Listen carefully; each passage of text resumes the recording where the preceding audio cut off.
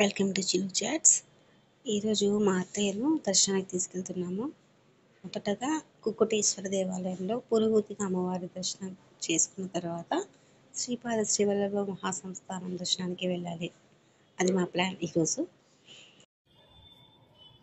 మా trip main agenda పిఠాపురంలో మహాసంస్థానంలో శ్రీపాద శ్రీవల్లభుల దర్శనం చేసుకోవడం, వీలైతే పల్లకీ సేవ చేసుకోవడం మా ట్రిప్ మెయిన్ అజెండా.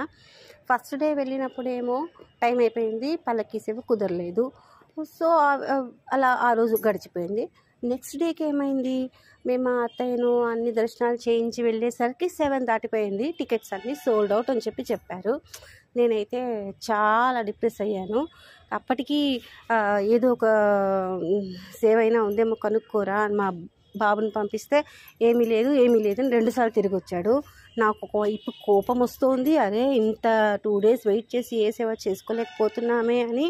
మరోవైపు ఎలాగైనా చేయించాలని తపన ఉందన్నమాట. సో నేనే వెళ్ళాను. ఏవండి టికెట్స్ మేము నిన్నంత ట్రై చేసామండి, మాకు దొరకలేదు, ఈరోజు ప్లీజ్ ఇవ్వండి అని అడిగాను. అడిగితే లేదండి అని చెప్పేశారు. సార్ మీరు లోపలికి వెళ్ళి కనుక్కోండి అని ఒకసారి అయితే అన్నారు. లోపలికి వెళ్ళి అక్కడ ఆర్గనైజ్ చేసే వాళ్ళని ఒకరిని అడిగితే, అమ్మ పల్లకీ సేవకి 18 మెంబర్స్ మినిమం అవసరం అవుతారు, ఆ 18 మెంబర్స్ అయిపోయారు అనేసి అక్కడ ఉండే వాళ్ళని each and every member count చేశారనమాట. కౌంట్ చేస్తే కరెక్ట్గా 18 మెంబర్స్ వచ్చారు. సో ఇక లేదండి, ముందర దండం ఉంది, దండం పట్టుకుంటానంటే ఓకే చూస్తాము అన్నారు. ఏదో ఒకటి స్వామి వెనక తిరగడం మనకు కావాలి అంతే. దండం అయితే ఏంది, ఏదో ఒకటి ఇప్పించండి అని అయితే అడిగాను. అడిగేసి ఓకే తీసుకొని అని వీళ్ళు చెప్పేశారు. కౌంటర్కి వెళ్తే లేదు వాళ్ళు మాకు చెప్పలేదు, వాళ్ళు మాకు చెప్తేనే మీకు ఇస్తాము అంటారు. అలా 2 కౌంటర్స్ అటు ఇటు తిరుగుతూ ఫైనల్గా మళ్ళీ ఏమండి ఒక్కసారి ప్లీజ్ మేము చాలా దూరం నుంచి వచ్చాము అది ఇది అని చెప్తే, ఆగండి మీరేమో ఇవ్వమని చెప్తారు, మళ్ళీ వాళ్ళు మమ్మల్ని తిడతారు అక్కడ వాళ్ళని.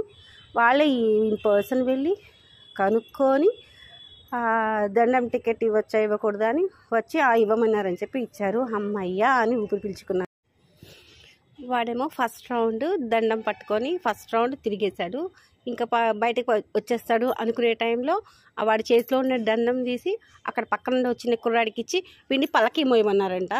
లక్కీగా అలా పల్లకీ కూడా మోసేసే అదృష్టం మాకు దొరికింది. అసలు నేను ఎక్స్పెక్ట్ కూడా చేయలేదు పల్లకీ మోస్తాడని చెప్పేసి. అలా పల్లకీ మోసాడు. నాకు ఒకటే గుర్తొచ్చింది, శ్రీపాద శ్రీవల్లభ స్వామి కరుణ ఎలా ఉంటుందంటే, ఆ స్వామి ఎవరిని నిరాశపరిచే అవతారమే కాదు అనేది బుక్లో ఉంటుంది. ఆ వర్డింగ్స్ నాకు అలానే కంటి ముందు కనిపించింది అన్నమాట.